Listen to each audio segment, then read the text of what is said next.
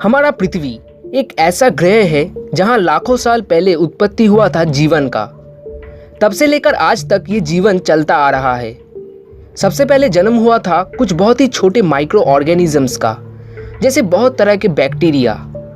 उसके बाद धीरे धीरे पेड़ पौधे उगने लगा और इस प्लेनेट को हरा भरा बना दिया।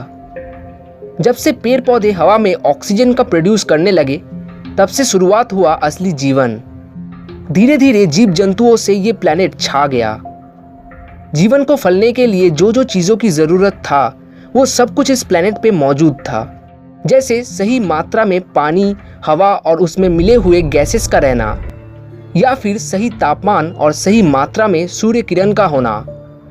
यानी अगर एक भी चीज़ की कमी रहता तो ये प्लेनेट कभी जीवन का आधार नहीं बन पाता। पर जब भी हम इसके बारे में गहराई में सोचते हैं तो हमें कुछ अजीब सा लगता है। मतलब हमें विश्वास नहीं होता कि एक साथ इतने एडवांटेज कैसे रह सकते हैं। मतलब जीवन को उत्पत्ति होने के लिए और दुनिया में टिके रहने के लिए जो जो चीज़ों की ज़रूरत था और जिस मात्रा में ज़रूरत था, वो सब कुछ पृथ्वी में मौजूद है, पर और किसी प्लेनेट पे नहीं। अगर एक चीज़ परफेक्ट हो तो उसे हम संयोग कह सकते हैं। अगर दो चीज़ परफेक्ट हो तो उसे भी संयोग कहा जा सकता है। पर सारे एडवांटेजेस का एक साथ परफेक्ट होना कोई संयोग नहीं हो सकता। तो इसका जवाब हमें जिस थ्योरी से मिलता है, उसी थ्योरी को लेकर हमारा आज का एपिसोड बना हुआ है। इस थ्योरी का नाम है गाया थ्योरी, जो कि पृथ्वी में जीवन की उत्पत्ति और उसी से रिलेटेड चीज़ों को लेकर सवाल जवाब करता है। तो चलिए दोस्तों, ज़्यादा बातें ना किए आज का एपिसोड शुरू करते हैं। गाया हाइपोथेसिस, जिसे आज गाया थ्योरी कहा जाता है। वैसे तो जब इस थ्योरी को 1970 में जेम्स लवलॉक ने पहली बार पब्लिश किया था, तब साइंटिफिक कम्युनिटी में इसका घोर विरोध किया गया था। पर आज कुछ ऐसे सब्जेक्ट्स हैं जिनमें इस थ्योरी को या इससे रिलेटेड चीज़ों को पढ़ाया जाता है, जैसे जियोफिजियोलॉजी, अर्थ सिस्टम साइंस, बायोजियोकेमिस्ट्री और सिस्टम्स इकोलॉजी। इस थ्योरी का कहना है कि जीवन ही था जो अपनी मेहनत से इस प्लेनेट को रहने योग्य बनाया। मतलब आज हम पृथ्वी को जितना अनुकूल देखते हैं, उसके पीछे जीवन का ही हाथ था। जैसे मानो किसी ने पृथ्वी को सारे एडवांटेजेस देकर इसे एक हैबिटेबल प्लेनेट बनाने की कोशिश किया हो, जिसमें जीवन का भी बहुत बड़ा रोल है। असल में गाया एक ग्रीक शब्द है। ग्रीक देवी गाया के नामानुसार इस थ्योरी का नामकरण किया गया है, जहाँ गाया मतलब पृथ्वी होता है। मतलब बायोस्फीयर, पेडोस्फीयर, एटमॉस्फेयर और हाइड्रोस्फीयर को लेकर जो संपूर्ण एक सिस्टम बनता है, उसे ही गाया कहते हैं। इस थ्योरी को लवलॉक ने अपने बुक गाया a new look at life on earth pre determined purpose, इस बुक में भी उन्होंने इसको डिस्कस किया है। प्री डिटरमाइंड पर्पस मतलब कुछ ऐसी घटना जो पहले से ही निश्चित किया गया हो। पृथ्वी या गाया समय के साथ साथ इवॉल्व करता है। तो इस थ्योरी में कुछ ऐसी चीज़ों का जिक्र किया गया है जिसे सुनकर आप हैरान हो जाएंगे। उसमें से जो सबसे ज़्यादा इम्पोर्टेंट पॉइंट है, वो कुछ ऐसा है: regulation of oxygen in the atmosphere. मतलब वायुमंडल में ऑक्सीजन की सही मात्रा बना रहना। जीवन को फलने के लिए वायुमंडल में ऑक्सीजन और बाकी गैसेस का सही मात्रा बना रहना बहुत ही ज़रूरी है। अगर एटमॉस्फेरिक कंपोजिशन सही ना रहे तो जीवन का बचना बहुत मुश्किल हो जाएगा। पर शुरुआत से लेकर आज तक एटमॉस्फेरिक कंपोजिशन सेम ही है। मतलब एटमॉस्फेयर अभी भी इक्विलिब्रियम स्टेट में ही है। गाया थ्योरी कहता है एटमॉस्फेयर का इक्विलिब्रियम में रहना कोई कोइंसिडेंस नहीं है। कंपोजिशन का सेम रहने में जीवन का एक बहुत बड़ा भूमिका है।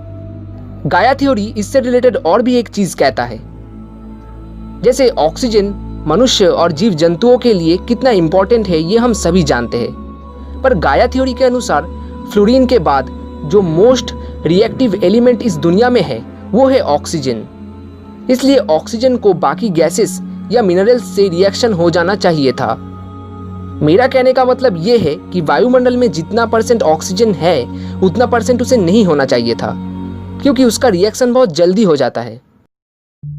ठीक ऐसे ही मीथेन एक कॉम्बस्टिबल गैस है, जो हवा या ऑक्सीजन के साथ मिलने पर विस्फोट हो जाता है। यानी पृथ्वी में इन गैसेस का अस्तित्व बना रहना इम्पॉसिबल के बराबर है।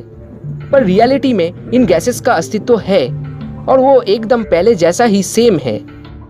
यानी जैसे हवा में 78.09% नाइट्रोजन, 20.95% ऑक्सीजन, 0.93% आर्गन और 0.039% कार्बन डाइऑक्साइड और बाकी गैसेस है, उनका परिमाण कभी बढ़ता या कम नहीं होता। जब से ये गैसेस पृथ्वी में बने हैं तब से ही इनका परिमाण एक ही जैसा है। ऐसा लगता है जैसे पृथ्वी में जीवन को बचाए रखने के लिए किसी ने कठोर कोशिश किया हो, और इसमें जीवन का भी बहुत बड़ा रोल है जिसे हम नकार नहीं सकते। क्योंकि अगर पृथ्वी के शुरुआत के समय रहने वाले बैक्टीरिया हवा में नाइट्रोजन का प्रोड्यूस ना करते या पेड़ पौधे ऑक्सीजन ना देते तो सोचिए क्या इस दुनिया में जीवन फल पाता। दूसरा जो पॉइंट इंपॉर्टेंट है वो है regulation of salinity in the ocean. Experiment से देखा गया है बहुत लंबे अरसे से सागर और महासागर की पानी में लगभग 3.4% नमक है। सागर में रहने वाले बहुत से यूनिसेलुलर जीव और मछली है जो पानी में 5% से ज़्यादा नमक को नहीं झेल सकते, इसलिए उनकी बचने के लिए समुद्र की पानी में 3.4% के आसपास नमक का होना ज़रूरी है। तो ये भी एक रहस्य है कि इतने अरसे से सागर महासागर की पानी में 3.4% नमक कैसे बना हुआ है। क्योंकि हम जानते हैं नदी जब समुद्र में जाके मिलते हैं तो उसके द्वारा लाया हुआ पत्थर, नमक और बाकी सारी चीज़ समुद्र में ही आके गिरता है। तो इसलिए समय के साथ साथ सागर और महासागर में नमक की मात्रा बढ़ जाना चाहिए था, लेकिन ऐसा हुआ नहीं है। गाया थ्योरी इसे भी समझाने की कोशिश करता है।